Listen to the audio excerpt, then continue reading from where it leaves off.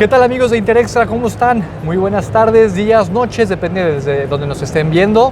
Estamos desde la NBAA en Orlando, Florida.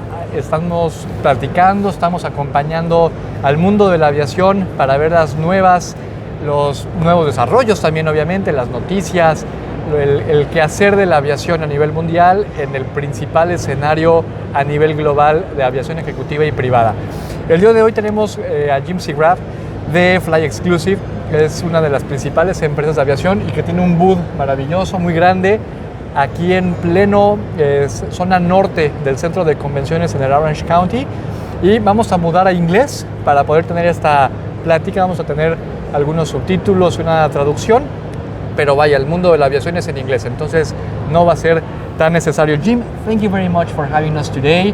Thank you for having me. Here. Thank you very much. So tell us a little bit about you, Jim. How you come to be in aviation? I got my pilot's license when I was 19 years old. Did it just for fun, never intended for it to be a business. And I think because of that, I consider myself one of the more blessed people in the world to get to do what I love for a living. And I think that's a big part of why we've been so successful is it's not hard to come to work every day when you love it. And we've had a good time doing this. And this is my second aviation business. I built the first one and sold it to Delta Airlines. It became Delta Private Jets. And I had a 5-year non-compete after that, and started a second one. This is flyExclusive, and very excited about this business. It's done incredibly well. We started just over seven and a half years ago, ranked dead last out of about 2,000 operators, and of course today we are in the top 5 in the United States. So been a terrific story of growth and business family and culture that is really led that growth and made it happen for us. And so we've got a great business family that's been a huge part of our key to our success. That is awesome. How did it came the idea for flyExclusive, the name of the brand? That's a funny story. So in fact, I wonder if I'm violating some agreement, but I had a different name. And we were in a dispute over who owned that name with someone else that had it very similar, and it was we decided to settle that case, and I renamed mine flyExclusive, and I can't remember what they did with theirs, but so it was really just come up with because of a dispute over another name, and that was about a year into the business, and we were very small then, had 4 or 5 I think airplanes, and so the name wasn't as big a deal to us, and but today it's quickly becoming a brand. Awesome. So you're one of the top operators in the USA, but what about your experience worldwide? I mean, Mexico, Latin America, Europe. How does your stats look like? So historically, we flew our certificates worldwide, so we fly planes all over the world. We have 7 Gulfstreams as well, so they're flying literally all over the world. Of course, since COVID's been here, it's not as much to the international Europe destinations, although it's starting to recover. The Caribbean, Mexico, has always been a big destination. We have airplanes there all the time, so that part, tons of experience. I would venture to say we've got something in that area, if not every day, certainly every week we have an airplane in there, so vast experience operating in that region of the world. And fortunately that part's fairly open. We're able to go in and out of there now, and so with the increased travel demand and pent up demand for vacations and spending time with family and what have you, that's a great destination for us. We have seen over these months after pandemics that Europe used to be closed, right? And right now it's open and there's much more operations to Europe. Maybe back in the days it was mostly Mexico and some other countries that remain open. So what's been your experience switching to those operations and getting back to global? Like I said, they're starting to come back. They're not fully recovered by any means. And I think that for the Gulfstream travel going to Europe, a lot more of that was maybe business-related travel and maybe not quite as much leisure travel. So that could be why. I mean, that said, we don't track or ask, are you on a business trip or a personal trip? But that's just based on more of my gut of who's on board. Are there a bunch of kids on board, or are they going to a ski destination or the beach or something like that? But I think that's probably more business travel than anything else. And like I said, it hasn't fully recovered. But the demand domestically for the heavy jet business has those planes fully utilized anyway. Right. So we're starting, like I say, slowly to go back to Europe more and more and welcome that business back. And domestically, what's your insight on the top destinations for you guys? What are your top locations? All the business centers, and of course the beach, the southern Florida is always big, the mountain destinations for ski, and of course beautiful weather in the summer out there as well. The west coast, the northeast, they're all big destinations for us. The normal places that you would think, like Aspen and Palm Beach and the west coast, and anywhere in southern Florida, of course, is a big place. Of course. So after pandemics, there has been a little bit more of other contingencies. Let's say the war in Ukraine and Russia that affected the fuel prices all over the world. What's been your insight on that, and what experience you've got, and how you're covering and protecting flyExclusive on the fuel pricing? So I mean, of course, it's gone up drastically. The cost of per barrel have nearly doubled since all of that started, and that's had a major impact on our cost. Fortunately, our customers are generally able to absorb the increased costs. We're able to pass those costs through, but I mean, it's an impact. And at what point does it negatively impact demand is what everyone worries about. And so it's a very welcomed, outcome for the price to start coming back down some. We look forward to where we can see that at the pump and start being able to reduce our costs some. We with the reduced pumping in Saudi Arabia, we do worry a little bit that that's not coming anytime soon, that it may even go the other direction. So it's a concern, although historically our customers have been able to absorb it. But it's still a concern. Is at what point do they say enough is enough? We're gonna slow down some. I don't think the chance that they go back to the airline is that high, especially with the way that service is today, the lack of flexibility, the cancellations, and probably more than anything, the crowds. People that want to avoid exposure to the virus, or want to fly private because they fly with just their family and they're not exposed to crowds. One of the best things about the business is that once you do this a lot, it's very hard to go back and fly commercial. So it's a pretty sticky product. The customers want to continue to fly private, that start flying private. So that's been a benefit as well. And we all the experts predict that the demand is here to stay for the long term. At least for the next 3 to 5 years, that we're going to see this kind of environment go for a long time. So hopefully that's what it does. We're buying a lot of airplanes. We just ordered over $300 million of those today. Really? We had $300 million on order from a few months ago as well, so we're up to about $600 million of new airplanes delivering over the next 3 years. We're very bullish on the market in general, obviously, or we wouldn't be ordering all those airplanes. But that's to support our fractional business. We had the lights on order for 3 or 4 months ago. This is the mid and the super mid category of airplanes. All Citation products, CJ3 pluses, XLS, and Longitudes. Awesome. So excited about that. Our partnership with Textron has been instrumental in our success. They support us in an incredible way, and making sure we have availability of parts and technical support when needed from them. We have a lot of our own mechanics, but that's worked out well for us as well. And it's important because of the lack of support on parts all over the world that has affected a lot of the supply chain, in the times, in the AOGs. All of that stuff has been a contingency that was hard to predict, right? It's the biggest challenge in the business right now. The demand is nearly elastic, so you don't have a trouble with the sales side, which you think in any business, hey, I've got to sell it first. I've got to do a really good job with sales and marketing. That part's the easy part right now.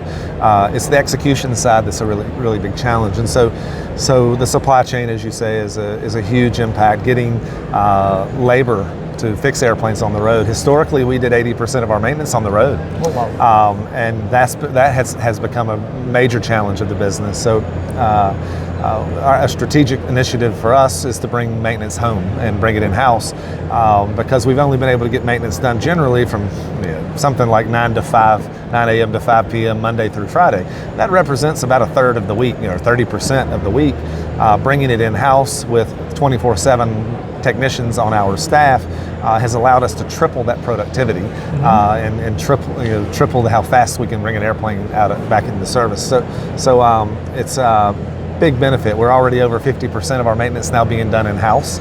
And because we're bringing so many airplanes home, we can stock more parts in inventory and have them available. That's helped with supply chain issues. But we've got a terrific team of technicians that are literally working 24 hours a day, 7 days a week to return airplanes to service. And the benefit of that, of course, is ultimately we have more airplanes available to our clients and can supply that demand and or have more airplanes that are available to recover trips when there's mechanicals or issues that come along the way. And with the supply chain challenges that have been out there, what you find is you end up utilizing your airplanes at a very high level, right. And so they're getting tons of flights on them. They're booked as hard as they can be booked, and then when you have a mechanical interruption, it's harder to recover from it. And so fixing the supply chain issues, fixing the labor issues, vertically integrating our business is a huge part of the objective for us strategically, so that we can be a better operator and execute at a higher level. What would you say is the most important thing regarding on talent that you hire and conserve and try to keep under your payroll for the people that is working with flyExclusive? What's the key that you will say it's the priority when you are getting these people involved in your company? So are you asking which types of talent we're looking for, as far as in which divisional? Skills or talent, or how do you manage? Okay, so focus-wise right now has been in the maintenance side of the business, and dispatch availability improvement is really the holy grail of how we decide to do a great job or not. How many of our airplanes are available to fly? And then there's two pieces of that. It's do we have a crew that can fly the airplane green? Do we have the airplane green maintenance ready to fly? And so those are the two kind of main pieces of how you deliver the dispatch availability. And so the talent we're trying to hire is to address those issues. We're hiring maintenance technicians at a very rapid rate. I think we've hired 150 or so in the last 4 months alone. We intend to hire another 100 in the next 4 months. That's 250 technicians just to take us to a 24-hour, 7-day-a-week operation is what we need to get to be able to bring that 85% of our work in-house. So that's been our focus, is on the technician side to staff up the department so that we could do that 85%. On the pilot side of things, we're closer on that, and have had more really great success there recruiting talent as well. We've hired 100 new new pilots over the last since in 2022. The bottleneck on that side is training. Getting those pilots through training, because there's so much demand on the training providers for flight safety and simu-flight, and getting those guys to get a slot available to get them through training it's been a challenge. So, but we've had fairly good success with both. Still not a perfect world yet. We still don't have as many airplanes available as we did pre-pandemic. We're still running 20% short of what we were. I think we probably are industry leading, even as bad as I think it is. I think we're doing as well as anybody, maybe better than anybody in the industry with our dispatch availability, but it still causes us lots of service issues and disruptions that are just not okay with us. We hold ourselves to an incredibly high standard, and it hurts me to my core not to deliver for a customer. And so when we're struggling with these things, it takes a lot of our energy to try to address them in a very, very rapid way, so that we can get back to the level of where we expect to be. And I'm happy with the progress we've made with it, but getting us back into that world class where we don't miss any of them is where I'm trying to get to as quickly as we can. Yeah, because in the industry, and every industry there's always customer service. Yes. But customer service is now common, it's nothing like extraordinary. But flyExclusive is managed to get above that, to go for the extra mile. How would you describe that kind of attention in the service? Right now, unfortunately, the world there's because of COVID, there's almost a lack of accountability or responsibility. Everybody blames everything on COVID these days, and we just refuse to accept that we can't have an impact to improve our operations, even in the face of COVID impact, issues. It's not to say that we haven't obviously been impacted, but we're just not using it as the excuse. We still expect to deliver. We have more demand than we've ever had. Our customers are flying more than ever, but we maintain very low customer to airplane ratios, and that's in part because our business evolved from a pure wholesale provider to a more retail provider today. Right. And so we had more capacity to give, and so we maintain a much lower customer to airplane ratio than I think probably just about any of the big, top 5 operators in the country, and we have a bigger lead time. Which sounds like a disadvantage to the customer, but in this environment, a bigger lead time is an advantage in that we have 4 and 5 days to plan, to execute, and 4 or 5 days to give them the best airplane in our fleet, fix an airplane, work on those airplanes at night, return them to service, have them in position. We're not buying and sourcing under duress. And that's what the short notice programs are having to do, and it's causing them lots and lots of problems that we're not immune to issues, of course, but we see a lot less, I think, than what our peers in the market are seeing. And it's all about structure of product. It's set yourself up for success, set the program up for success, and it's not to say that if a customer needs to fly a trip with 2-day notice that we don't figure out how to do it, but we set ourselves up so that on an everyday basis we execute at a higher level. Awesome. How do you manage your empty legs when you have this kind of short notice from the clients and repositioning the plane from one point to the other? So you have an in-house team that does that, or use some charter, or what do you do? We do. So our business is broken down between our club business, our partner business, our wholesale business, our GRP business, and then there's a little bit of retail. And what we do is we take our demand for our committed demand, contractual obligated flying, which is our club business, our partner business, GRP of course as well, which is guaranteed revenue planes that are out there. And those are all programs that book the airplane in advance.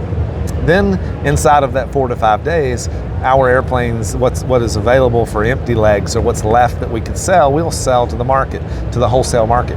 That still represents a pretty good portion, 25% of our business. We really don't want it to get any smaller than that, because in that model, once you've built your schedule out 4 and 5 days in advance, now you sell to your availability. And that wholesale model, it's great for the wholesale customers, but it's also great for us in that it improves our efficiency. So our loaded efficiency is better because we can do this. We've sold our trips in advance to our customers 4 to 5 days. Now we sell the remaining availability to wholesale, makes us more efficient. Therefore, we can be more profitable and or competitive. So it's all kind of playing together, and you need one to be able to do the other. To remain competitive, you need that wholesale to fill the gaps, to be profitable at the same time, which is a requirement to stay in business, of course, and deliver a great product in itself. So. What distinguishes your company from these competitors that you are telling about? I mean, we have just said about you going the extra mile for your clients on service and not just getting under the comfort zone for customer service, going the extra mile. But what else is important for you to mention as a point of advantage for your company? So we have from the beginning invested in the customer experience more than we've invested in marketing or sales, and that has served us really well. We've invested customer experience, and the way we look at it is customer experience, our people, our business family, our team, and then technology, and then kind of the next afterthoughts almost are sales and marketing. And ironically, that's probably driven sales and marketing at this philosophy even more than it would have been if we had focused all of our money on the marketing side, because what it's done is we have a team of people. We've got a better product. We built a $12 million paint facility with state-of-the-art, the electrostatic application of paint, downdraft system. We have an interior shop in-house. What's happened by delivering the best product and a team of people that cares about delivering that best product is that our business largely comes from referrals. So 50% of our customers come from our current customers. That's because we deliver for our current customers, and that we care how we deliver for those customers. And so I think that's the core of really who we are and who we're trying to be. It's not to say we can live without any marketing. We'll do some marketing, of course, but delivering the service, delivering world class is our priority, and where we invest today, and our investments that we're making in new airplanes that we ordered today, airplanes that we ordered 4 months ago, are with that in mind. That's who we're trying to be, and we want to fly nearly 100% of our trips on our airplanes. Right now we're at 99.6%. So we miss, what has that turned out to be? 4 trips or so out of 1,000 or something like that, or 40 out of 1,000, I think. But we don't miss many, and our business model is designed so that as we grow, we continue to deliver at that level. What's the usage, the average of usage that you have per aircraft on flying hours per month or per year? It varies depending on which program they're in. So there's multiple ways to access our fleet. Yeah. You can access it through retail, if there's any availability left after my committed customers buy it. You can access it through the Jet Club program. You can access it through our fractional program and through our partner program. Generally, what happens is it goes up a little bit of annual utilization depending on which program you're using. So if you're just every once in a while, you do 1 trip, 2 trips a year, you might be trying to access me through retail. That's pretty challenging today because we're all so busy. Then and of course I can say no to you if you call me on a 1 trip and I don't have any availability. Hey, I don't have anything. Yeah. If you buy into my club program, I have a contractual obligation to fly you on that flight. So that's kind of the next level in, and those people are generally 25, 30-hour-a-year people that are traveling to second homes and using it somewhat, but not going crazy with it. Right. The next level is the fractional program, and so those customers oftentimes are 50 to 80-hour customers. They also generally have the ability to depreciate the purchase, because if you buy a fractional share of an airplane, you can depreciate the purchase price of the airplane. So they're buying that share of the airplane. And then the partnership program is someone that has 100 to 150 hours of annual usage. They're typically buying the whole airplane and leasing it back to us and then accessing our fleet that way. So those are kind of the 4 legs of the stool, and how people get in it and how it steps up. What level they go into is as much as anything based on how many annual hours they might need.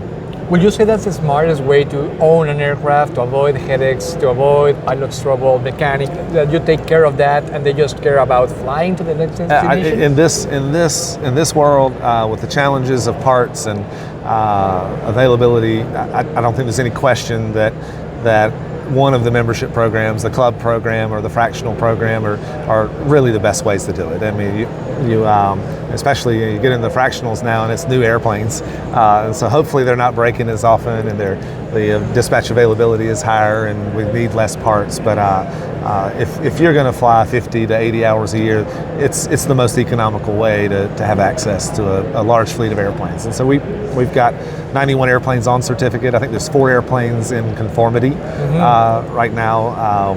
So I should have 95 on sometime soon. Hopefully we'll come close to or break through the 100 airplanes by the end of the year, early in the first quarter, and then mid-year next year, the fractional airplanes start delivering. And we'll continue to add our normal fleet growth of 2 airplanes a month roughly, but when the fractionals come, we'll end up starting to get to where we're probably 30 airplanes a year. So a lot of growth ahead, and excited about the future.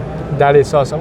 Finally, what are your thoughts about the NBAA this year, on regards of how many people is coming, attending the show, the sponsors, the exhibitors? What are your thoughts? This is an exciting event for us every year. We get to see the people we work with all year long, our partners in the business, and our customers, our vendors. And this is a relationship business. These are our friends. These are people we care about, whether we're their customer or vice versa. It's very nice to get together and see everybody. There's a lot of energy this year. Seems to be more people than there has been the previous years, and that's nice to see. And So it's a fun event for us. I think we have 30 or 35 of our team members here, and every division's represented with, you know, sales and maintenance, and, you know, all the way across, and so pilots as well. And we've got 2 airplanes at static. On the static display, and so it's a terrific event. It's a lot of fun. Congratulations. Exhausting, but, you know, I've been going fairly hard, up early in the morning and going till late at night, and so it's an exhausting few days. Totally right. Are you going to be scheduled as dispatchers, IOC, or what are the next events you're going to be having presence? We'll have part of the team will for sure be at schedulers and dispatchers, and then there's regional events. You know, you'll have a Palm Beach regional and a White Plains regional. Yeah. Those are great events as well. I mean, it's a much smaller, you know, contingent of people that go to them, but we generally attend all of those and send someone to those as well. I haven't been to those in recent years, but we'll see how that timing works out and what's going on at the time. Awesome. Well, thank you very much for your time today. Thank you so much for the opportunity. You want to say something to the Mexican and North American clients and global viewers from the magazine? We love sending our planes down to Mexico. I love going down there myself. I've had a bunch of great family trips I've been to Cancun and to Cabo, and of course I told you about the Mexico City trip that I did. We won't tell you about what kind of trouble I got in when we were there, but we had a great trip there. But private aviation is an amazing family of people, and just in the United States we have 1 million people that are employed by this industry, and a $200 billion contribution to the gross domestic product of the United States. And I'm not sure what it is in Mexico, but this is an important industry to access rural communities across North America, and I have no doubt it's that the same way in Mexico as it is for here. And so we're while we're maybe one of the top 5 operators, you know, we're still just a little over 800 people, and so we're very proud to be a part of this industry, and look forward to continuing to grow in it, and look forward to sending our planes down to Mexico to see you down there soon. There you are, and we are looking forward to also have that milestone when you get to the 100th plane. Yes. That will be a good way to celebrate with tequila. Jim, thank you very much. Thank you so much. Muchas gracias a todos ustedes por acompañarnos en esta entrevista con Jim, CEO y Chairman de flyExclusive. Como pueden ver en su tarjeta, estamos tratando de generar contenido de valor como siempre para InterXtra Aviación, negocios e información en aviación.